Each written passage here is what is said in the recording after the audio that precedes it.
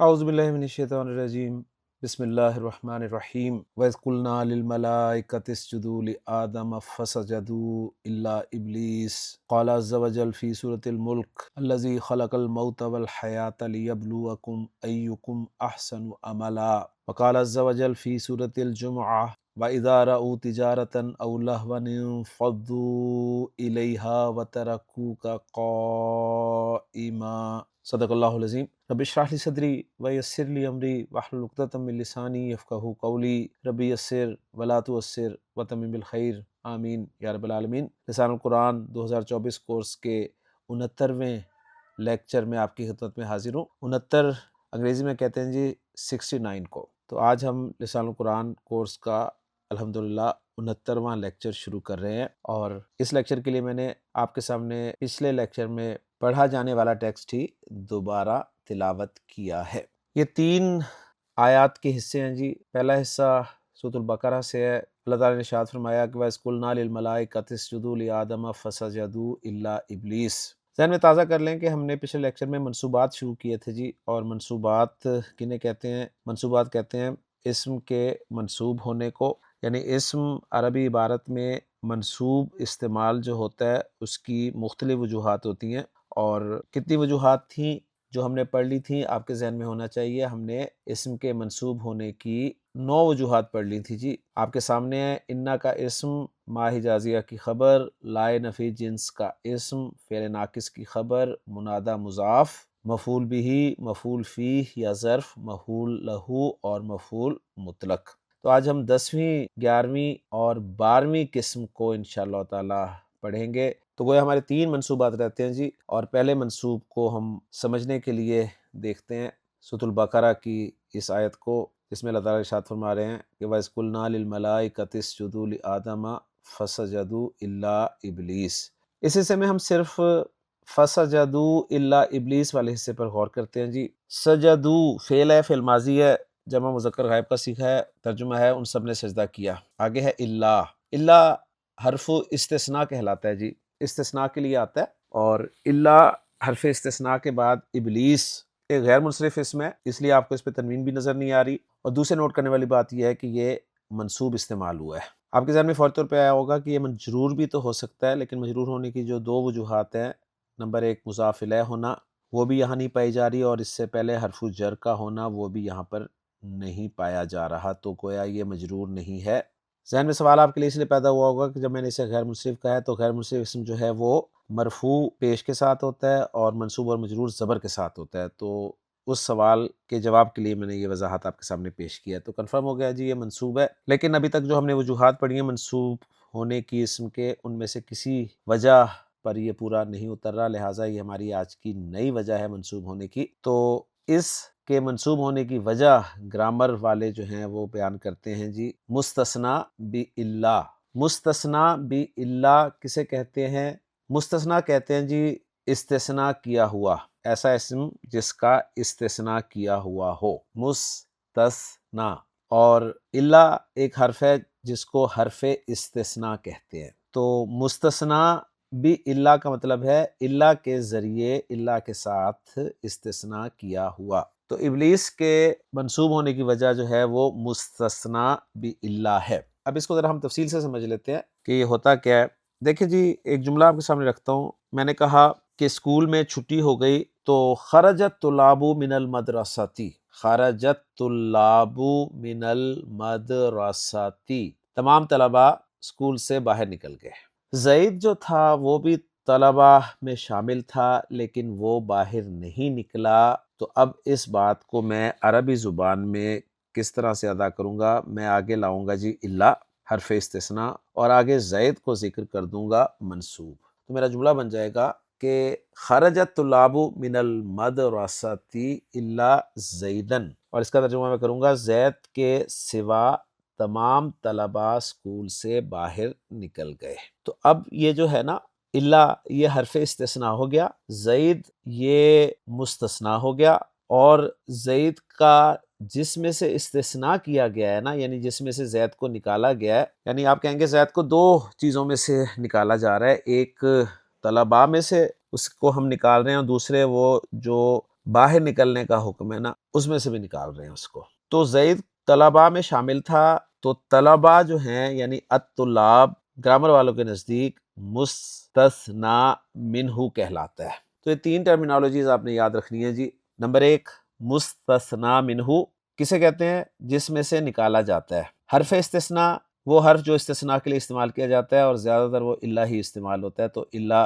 حرف استثناء ہے۔ اور حرف استثناء کے بعد جسے نکالا جاتا ہے اسے مستثنیٰ کہتے ہیں۔ تو مستثنیٰ بھی الا منصوب ہوتا ہے۔ اب آپ کو سمجھ میں آئے گا کہ اللہ تعالیٰ نے فرمایا کہ وَإِذْ قُلْنَا لِلْمَلَائِكَةِ اسْجُدُوا لِآدَمَ، اور یاد کرو جب ہم نے فرشتوں سے کہا آدم کو سجدہ کرو، فَسَجَدُوا، تو ان سب نے سجدہ کیا، الا ابلیس، سوائے ابلیس کے۔ تو اب اگر میں آپ سے کہوں جی اس میں وہ تمام چیزیں جو میں نے آپ کے سامنے ذکر کی ہیں ان کو سمجھا دیں، تو آپ کہیں گے جی سجدو میں جو واو ہے یعنی ہم ضمیر یہ مستثنیٰ منہ ہے، الا حرف استثناء ہے، اور ابلیس جو ہے وہ مستثنیٰ ہے، اور مستثنیٰ یہاں پر منصوب استعمال ہوا ہے۔ تو امید ہے آپ کو بات سمجھ میں آ گئی ہوگی۔ تو ہمارا 10واں جو منصوب تھا وہ ہے مستثنیٰ باللہ۔ اب یہاں پر ایک اہم بات جو ہے وہ نوٹ کر لیں کہ مستثنیٰ کے منصوب ہونے کی کچھ شرطیں ہیں۔ یہ نہیں کہ جہاں بھی حرف استثناء الا آئے اس کے بعد آپ اسم دیکھیں اور اسے مستثنیٰ مان کر اسے منصوب ہی سمجھیں۔ قرآن مجید میں آپ کو الا کے بعد اکثر جگہ پر اسم جو ہے وہ منصوب نظر نہیں آئے گا۔ تو مستثنیٰ کہلائے گا تو صحیح وہ، لیکن اس کے منصوب ہونے کے لیے کچھ شرطیں ہیں۔ تو 2 شرطیں ذہن میں رکھیے اچھی طرح سے۔ پہلی شرط یہ ہے کہ جملہ جو ہے وہ پازیٹیو ہونا چاہیے، مثبت جملہ ہو، کلام مثبت ہو۔ تو دیکھیں میں نے آپ کے سامنے جملہ رکھا، خرجت طلاب من المدرسۃ، تو یہ جملہ پازیٹیو ہے۔ سجدو جملہ پازیٹیو ہے۔ ایک شرط یہ ہے کہ جملہ پازیٹیو ہو، مثبت ہو، اور دوسری شرط یہ ہے کہ مستثنیٰ منہ مذکور ہو، مستثنیٰ منہ کا ذکر کیا گیا ہو۔ الطلاب مستثنیٰ منہ مذکور تھا، فسجدو میں واو جو ضمیر ہے مستثنیٰ منہ کے طور پہ استعمال ہوئی ہے، جمع کی ضمیر وہ مذکور ہے۔ تو یہ 2 شرطیں ہوتی ہیں جی مستثنیٰ کے لازماً منصوب ہونے کی۔ نمبر 1 کلام مثبت ہو، نمبر 2 مستثنیٰ منہ مذکور ہو۔ اگر یہ شرطیں نہیں پائی جائیں گی تو مستثنیٰ جو ہے جسے آپ الا کے بعد مان رہے ہیں وہ منصوب نہیں ہوگا۔ مثلا قرآن مجید سے آپ کے سامنے ایک میں جملہ رکھتا ہوں، اللہ تعالیٰ نے فرمایا کہ وما محمد الا رسول، تو نوٹ کیجئے وما محمد الا رسول، تو یہاں پر الا حرف استثناء ہے، آپ نے دیکھا فوراً کہ جی الا آ گیا، تو آگے آپ نے کہا جی رسول جو ہے وہ مستثنیٰ ہے۔ اب اس کو آپ نے مستثنیٰ مانا تو پھر کیا ہوگا؟ اب نوٹ کریں کیا شرطیں پوری ہو رہی ہیں، کیونکہ رسول جو ہے وہ آپ کو منصوب نظر نہیں آ رہا۔ تو دونوں شرطیں نہیں پوری ہو رہی ہیں۔ نمبر 1 کلام پازیٹیو نہیں ہے، مثبت نہیں ہے، منفی جملہ ہے، اور دوسرے مستثنیٰ منہ بھی مذکور نہیں ہے، یعنی رسول کو آپ پیچھے جس میں سے نکال رہے ہیں اس کا ذکر نہیں ہے۔ تو اب ایسی صورت میں یہ الا جو ہے یہ پھر استثناء کے لیے استعمال نہیں ہوگا، بلکہ یہاں پر الا جو ہے وہ حصر کے لیے استعمال ہوگا۔ اب یہ حصر کیا ہوتا ہے یہ انشاءاللہ تعالی ہم ایڈوانس کورس میں پڑھیں گے۔ اسی طرح آپ دیکھیں لا الہ الا اللہ، یہاں بھی آپ کو الا کے بعد اس میں جلالہ جو ہے وہ منصوب نظر نہیں آ رہا۔ وجہ وہی ہے کہ دونوں شرطیں جو ہیں وہ پوری نہیں ہو رہی۔ امید ہے بات کلیئر ہو گئی ہوگی۔ تو 10 منصوب ہمارے ہو گئے جی۔ اب ہم چلتے ہیں 11ویں منصوب کی طرف، اور اس کے لیے سورہ ملک کا یہ ٹیکسٹ میں نے آپ کے سامنے رکھا ہوا ہے، جس میں اللہ تعالیٰ نے ارشاد فرمایا کہ الذی خلق الموت والحیات لیبلوکم ایکم احسن عملا۔ اس ٹیکسٹ میں ہم صرف غور کریں گے جی ایکم احسن عملا پر۔ ایکم، ایو اسم استفہام ہے، اور ہم جانتے ہیں کہ اسم استفہام ایو جو ہے یہ ایک تو مضاف ہو کر آتا ہے، اس لیے اس پر آپ کو تنوین نظر نہیں آ رہی، اور دوسرے یہ مرفوع منصوب مجرور زید اسم کی طرح ہی ہوتا ہے۔ تو یہاں پر ایو جو ہے یہ مرفوع ہے، اور ایوکم مضاف مضاف الیہ ہو کر مبتدا بن گیا۔ احسن جو ہے یہ خبر ہے۔ احسن حسن کی کمپیریٹیو اور سپرلیٹیو ڈگری کے لیے استعمال ہوتا ہے۔ حسن کے معنی ہوتے ہیں اچھا، اور احسن کے معنی ہوتے ہیں زیادہ اچھا یا سب سے اچھا۔ وہ جو انگریزی میں ہم ڈگریز پڑھتے تھے نا ایڈجیکٹیو کی، یعنی گڈ ایڈجیکٹیو ہے، اس کی کمپیریٹیو ڈگری ہوتی تھی بیٹر، اور سپرلیٹیو ڈگری ہوتی تھی بیسٹ۔ تو عربی زبان میں احسن جو ہے یہ حسن کی کمپیریٹیو اور سپرلیٹیو ڈگری دونوں کے لیے استعمال ہوتا ہے. پھر کہاں پہ کمپیریٹیو کے طور پر استعمال ہوا ہے، کہاں پر سپرلیٹیو کے طور پر استعمال ہوا ہے، اس کے کچھ اصول ہیں وہ جو ہم آگے پڑھیں گے جا کے انشاءاللہ تعالی. تو ایکم احسنو، اور احسن سنگل حرکت کے ساتھ آپ کو نظر آ رہا ہے تو اس کا مطلب ہے کہ یہ غیر منصرف ہے. تم میں زیادہ اچھا کون ہے یا تم میں سب سے اچھا کون ہے، یہ بھی ہم ترجمہ کر سکتے ہیں. یہاں پہ یہاں تک بات ہماری پوری ہو رہی تھی، جملہ پورا ہو گیا تھا، مبتدا خبر جملہ اسمیہ، لیکن آگے عملاً ہمیں منصوب نظر آ رہا ہے اور اس کے منصوب ہونے کی کوئی وجہ ہمیں نظر نہیں آ رہی جو اب تک ہم نے پڑھی ہیں. تو یہ عملاً جو ہے اس کے منصوب ہونے کی وجہ کو ہم جانتے ہیں. جی میں نے جب کہا ایکم احسنو، تم میں زیادہ اچھا کون ہے یا تم میں سب سے اچھا کون ہے، تو ایک سوال پیدا ہوا کس لحاظ سے بھائی، کس لحاظ سے اچھا ہے. تو یہ جو سوال پیدا ہوا نا کس لحاظ سے، اس کے جواب میں یہ عملاً استعمال ہوا ہے. یعنی ہم کہیں گے تم میں زیادہ اچھا یا تم میں سب سے اچھا کون ہے عمل کے لحاظ سے. تو یہ جو عملاً منصوب استعمال ہوا ہے یہ کس لحاظ سے کے جواب میں استعمال ہوا ہے، اور گرامر والے اس کو کہتے ہیں جی تمییز.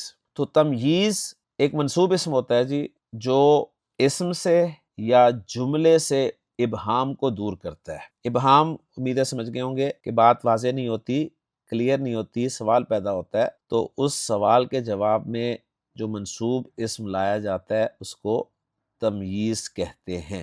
جملہ ہے جی زید حسن، زید اچھا ہے، جملہ مکمل ہے. لیکن سوال پیدا ہوا جی زید کس لحاظ سے اچھا ہے، تو آپ نے کہا زید حسن وجہن، زید چہرے کے لحاظ سے اچھا ہے. زید حسن صورتن، زید صورت کے لحاظ سے اچھا ہے. زید حسن مالن، زید مال کے لحاظ سے اچھا ہے. زید حسن علمن، زید علم کے لحاظ سے اچھا ہے. زید حسن عملاً، زید عمل کے لحاظ سے اچھا ہے. تو یہ جو ابہام پیدا ہوا تھا جملے میں، تو اس کے جواب میں جو منصوب اسم لایا جا رہا ہے اسے تمییز کہا جاتا ہے. تو یہ تو جملے کا ابہام آ گیا. باقی اسم سے ابہام جو دور ہوتا ہے یہ بڑی پیچیدہ سی بحث ہے، اس میں آپ کو ڈالنا نہیں چاہتا. بس یہ نوٹ کر لیں کہ قرآن مجید میں جو اسم کا ابہام استعمال ہوا ہے نا وہ عدد کا ابہام ہوتا ہے. یعنی جب ہم سمپل عدد بولتے ہیں تو ایک ابہام پایا جاتا ہے. مثلا میں کہتا ہوں میں نے 11 دیکھے، اب اس عدد میں 11 میں ابہام ہے، کلیئر نہیں ہے. اب اس ابہام کو دور کرنے کے لیے جو میں اسم لاؤں گا وہ منصوب لاؤں گا اور اس کو تمیز کہا جائے گا گرامر کی اصطلاح میں. مثلا میں کہوں گا جی میں نے 11 ستارے دیکھے، تو آپ کو فوراً قرآن مجید کی آیت یاد آ گئی ہوگی جس میں حضرت یوسف علیہ السلام نے اپنے والد صاحب سے کہا تھا کہ یا ابتی انی رأیت احد عشر کوکبن. تو کوکبن جو ہے یہ تمیز کے طور پر استعمال ہوا ہے. جس کی تمیز بیان کی جاتی ہے، یعنی اسم جس کی تمیز بیان کی جاتی ہے اسے ممیز کہتے ہیں، ممیز.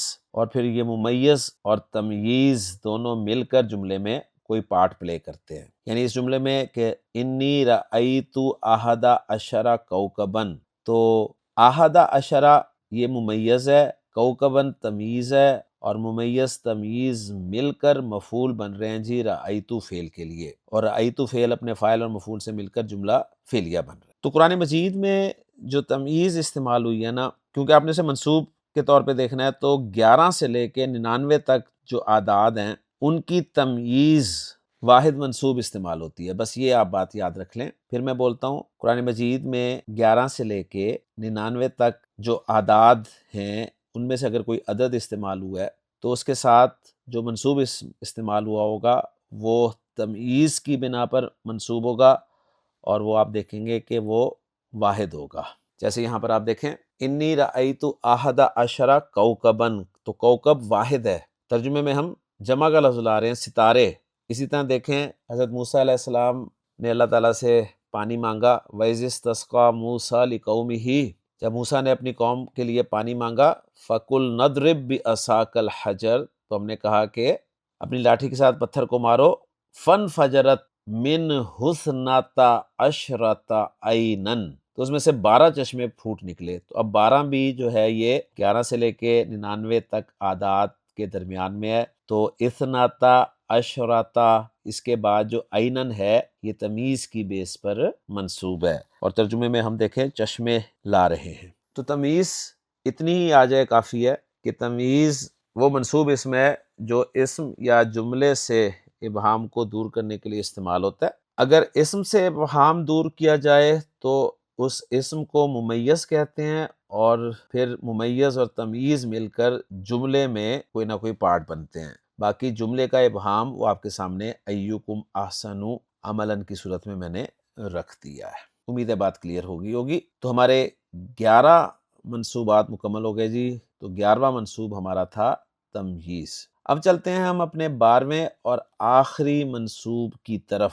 ہمارا 12واں اور آخری منصوب جو ہے اس کے لیے سورہ جمعہ کی آیت کا یہ ٹیکسٹ میں آپ کے سامنے رکھ رہا ہوں کہ وَإِذَا رَأَوْا تِجَارَةً أَوْ لَهْوًا انفَضُّوا إِلَيْهَا وَتَرَكُوكَ قَائِمًا۔ تَرَكُوكَ قَائِمًا اتنے حصے کو ہم دیکھیں گے اور ہمارا 12واں منصوب انشاءاللہ تعالی مکمل ہو جائے گا۔ کانٹیکسٹ آپ کو پتہ ہے کہ اللہ تعالیٰ نے فرمایا کہ وَإِذَا رَأَوْا تِجَارَةً، جب وہ کوئی تجارت دیکھتے ہیں، أَوْ لَهْوًا یا کوئی کھیل تماشا دیکھتے ہیں، تو انفضوا الیہا، تو اس کی طرف الگ ہو جاتے ہیں، وَتَرَكُوكَ قَائِمًا، اور آپ کو چھوڑ دیتے ہیں قائمن۔ تو یہاں پر ترکو کا قائمن کو ذرا غور کریں۔ ترکو فعل با فاعل ہے، کا مفعول ہے، ترکو کا فعل ماضی، انہوں نے چھوڑ دیا، کا آپ کو، قائمن، اب قائم کے معنی ہوتے ہیں کھڑا۔ تو یہ قائمن جو منصوب استعمال ہوا ہے، اس کے منصوب ہونے کی وجہ یہ ہے کہ یہ حالت بیان کر رہا ہے۔ کس کی حالت بیان کر رہا ہے؟ یہ مفعول کی حالت بیان کر رہا ہے کہ انہوں نے چھوڑ دیا آپ کو کھڑے ہوئے، یعنی آپ کھڑے رہ گئے، آپ کی حالت یہ تھی کہ آپ کھڑے تھے۔ تو ہمارا 12واں اور آخری منصوب جو ہے اس کا نام ہے جی حال۔ اب حال کے بارے میں ہم ذرا پڑھتے ہیں کہ حال ایسا منصوب اسم ہے جو فعل کے واقع ہونے کے وقت فاعل کی یا مفعول کی یا دونوں کی حالت کو بیان کرے۔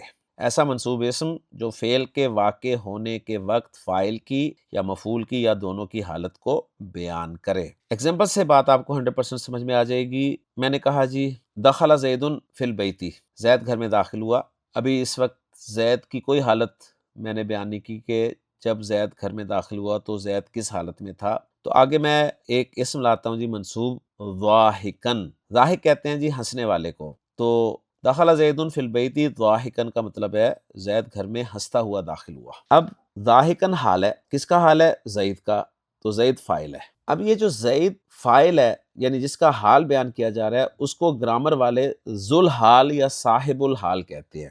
تو گویا زید صاحب الحال یا ذوالحال ہے اور ضاحکن حال ہے، اور پھر ذوالحال اور حال مل کر جملے میں کوئی پارٹ پلے کرتے ہیں۔ تو دخلا فعل ہو گیا، زیدن ذوالحال ہو گیا، فی البیتی متعلق ہو گیا، اور ضاحکن حال ہو گیا، پھر ذوالحال اپنے حال سے مل کر فاعل بن گیا دخلا فعل کے لیے۔ تو اس طرح سے اس کو جوڑا جاتا ہے۔ اب جو پوائنٹ نوٹ کرنے والا ہے وہ یہ ہے کہ ذوالحال اور حال میں عدد اور جنس کے اعتبار سے مطابقت ضروری ہوتی ہے۔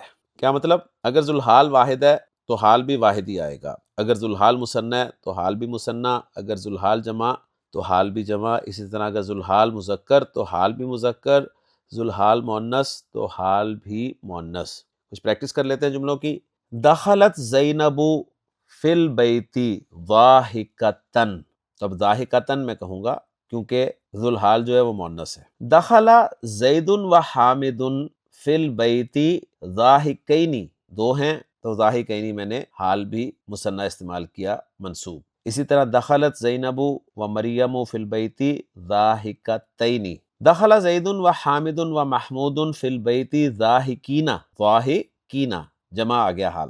اسی طرح دخلت زینب و مریم و فاطمہ ضاحکاتن، تو ضاحکاتن یہ منصوب ہے۔ تو رول بڑا اہم ہے جی، ذوالحال اور حال میں جنس اور عدد کے اعتبار سے مطابقت ہوتی ہے۔ اب آپ کو سمجھ میں آئے گی کہ ترکو کا قائمن میں قائمن دیکھیں حال ہے۔ اب یہ کس کا حال ہے؟ ہم نے کہا ہے کہ فاعل کا بھی حال ہو سکتا ہے، مفعول کا بھی حال ہو سکتا ہے۔ فاعل اس میں واو ہے یعنی ہم ہے، اور مفعول جو ہے وہ واحد مذکر حاضر کی ضمیر ہے۔ تو کس کا حال ہوا؟ اب ظاہر بات ہے قائمن واحد ہے تو یہ واحد کا ہی حال ہوگا، تو یہ ترکو کا میں کا جو ضمیر مفعول والی ہے اس کا حال ہے۔ بات کلیئر ہوگی امید ہے۔ تو اگر ہمارے ذہن میں یہ پوائنٹ نہیں ہوگا کہ ذوالحال اور حال میں نمبر اور جینڈر کے حساب سے مطابقت ہوتی ہے تو اس وقت تک ہم کنفیوز ہو سکتے ہیں، لیکن یہ پوائنٹ ذہن میں ہوگا تو انشاءاللہ تعالی ترکو کا قائمن ایگزامپل آپ کو سمجھ میں آ گئی ہوگی۔ اچھا، یہاں پر ایک سوال میں آپ کے سامنے رکھتا ہوں کہ اگر یہ ترکو میں فاعل کی جو ضمیر ہے اس کا حال ہوتا تو یہ جملہ کیا ہوتا؟ تو آپ کا جواب یہی ہوگا کہ وَتَرَكُوكَ کا قائمین ہوتا۔ تو امید ہے آپ کو بات کلیئر ہو گئی ہوگی۔ اب حال کے حوالے سے ایک اہم پوائنٹ جو ہے وہ میں آپ کو بتانا چاہتا ہوں کہ حال گرامر والوں کے نزدیک کبھی کبھی جملہ بھی ہوتا ہے۔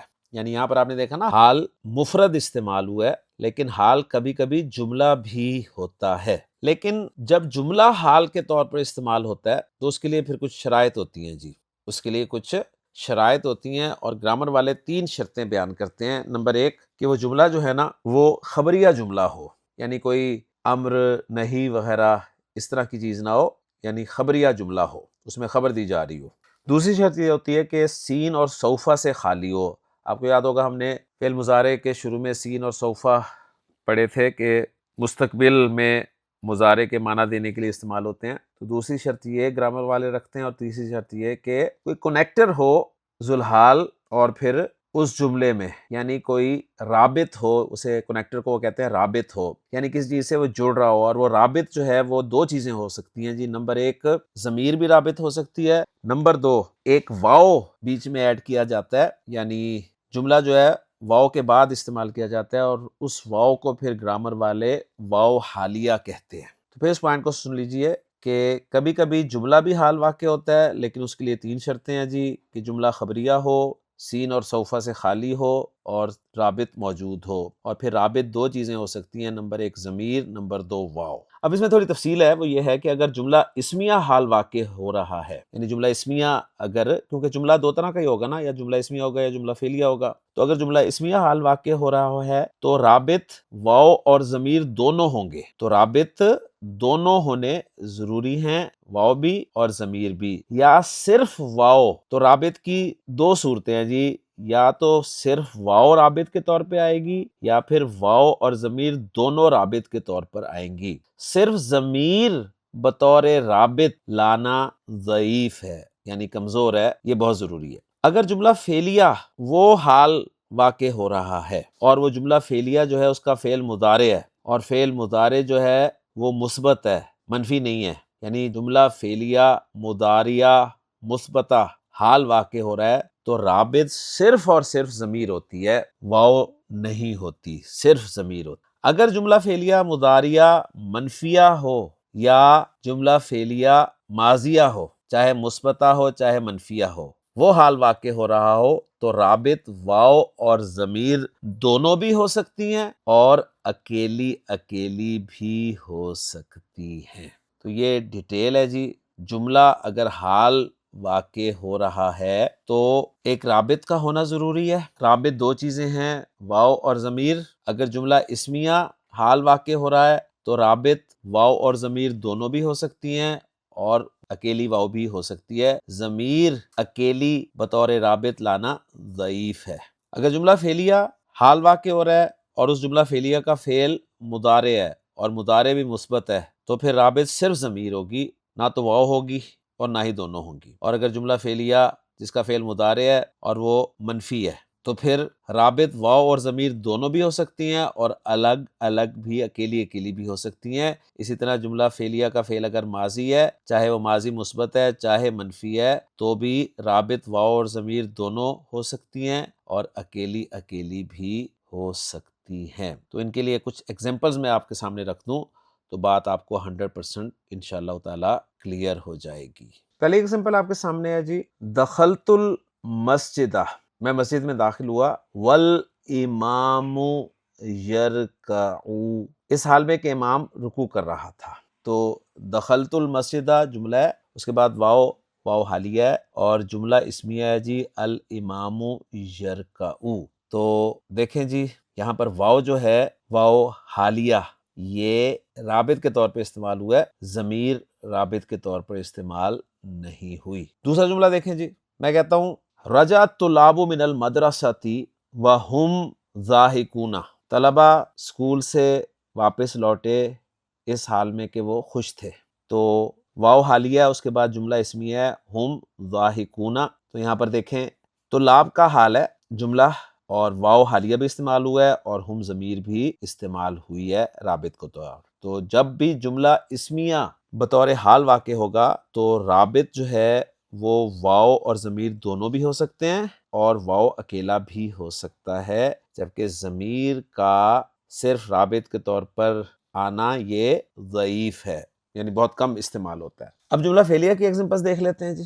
میں کہتا ہوں دخلت الطالبات یضحکنا، دخلت الطالبات یضحکنا، دخلت الطالبات، طالبات داخل ہوئیں، یضحکنا، اب یضحکنا فعل مضارع ہے اور فعل مضارع کا جمع مؤنث غائب کا صیغہ ہے، تو یہ جملہ فعلیہ ہے، یضحکنا بطور حال استعمال ہو رہا ہے، اور جملہ فعلیہ ہے جس کا فعل مضارع ہے اور فعل مضارع مثبت ہے، تو یضحکنا میں جو ہنا کی ضمیر ہے وہ بطور رابط استعمال ہو رہی ہے۔ تو میں نے آپ کو بتایا تھا کہ جب بھی جملہ فعلیہ جس کا فعل مضارع ہو وہ حال کے طور پر استعمال ہوگا تو اس وقت رابط صرف اور صرف ضمیر ہوگی۔ ایک پوائنٹ اور نوٹ کر لیجئے گا کہ جب فعل ماضی مثبت حال کے طور پر استعمال ہوتا ہے تو گرامر والوں کے نزدیک جو ہے وہ قد کو وہاں پر محذوف مانتے ہیں، یعنی وہ کہتے ہیں کہ یہاں پر قد جو ہے وہ محذوف ہے۔ ویسے مثال میں دیتا ہوں آپ کو کہ قدم المصلی، قدم المصلی نمازی آیا، وقد قامت الصلاۃ، تو قد قامت الصلاۃ یعنی قد کے بعد قامت استعمال ہوا ہے اور قامت ماضی ہے، تو یہاں پر قد جو ہے وہ لازمی مانتے ہیں کچھ گرامر والے، اور کچھ کہتے ہیں نہیں قد نہ بھی ہو تو گزارا ہو جاتا ہے۔ تو قدم المصلی وقد قامت الصلاۃ، نمازی آیا اس حال میں کہ جماعت کھڑی ہو چکی تھی۔ باقی اگر ماضی منفی ہو تو پھر ضرورت نہیں ہوتی قد کی، جیسے ذہب زید وما اکل شیئا، زید چلا گیا اس حال میں کہ اس نے کوئی چیز نہیں کھائی۔ تو جملہ جب بھی حال بن کر آتا ہے تو میں نے جیسے کہا کہ اس میں رابط کا ہونا ضروری ہے، اور رابط کیا کیا چیزیں ہو سکتی ہیں وہ بھی میں نے آپ کو بتا دیا کہ واو اور ضمیر یہ رابط کے طور پہ استعمال ہوتی ہیں۔ کئی صورتوں میں رابط صرف ضمیر ہوتی ہے اور کئی صورتوں میں رابط جو ہے وہ واو اور ضمیر دونوں یا اکیلی اکیلی بھی ہو سکتی ہیں۔ تو الحمدللہ جی حال کے بارے میں ہم نے تفصیل سے لیکچر جو ہے وہ مکمل کر لیا ہے، امید ہے آپ کے لیے یہ مفید ثابت ہوا ہوگا۔ تو الحمدللہ ہمارے 12 کے 12 منصوبات مکمل ہو گئے ہیں۔ ایک دفعہ پھر گن لیجئے 12 منصوبات کو۔ پہلا منصوب انا اور اس کی فیملی کا اسم، دوسرا منصوب ما حجازیہ کی خبر، تیسرا منصوب لا نفی جنس کا اسم، چوتھا منصوب فعل ناقص کی خبر، پانچواں منصوب منادی مضاف، چھٹا مفعول بہ، ساتواں مفعول فیہ، آٹھواں مفعول لہ، نواں مفعول مطلق، دسواں مستثنی بالا، گیارہواں تمییز اور 12واں حال۔ تو الحمدللہ جی ہمارے منصوبات بھی مکمل ہو گئے ہیں۔ اجازت دیجیے، سبحانک اللہم و بحمدک، اشہد ان لا الہ الا انت، استغفرک و اتوب الیک۔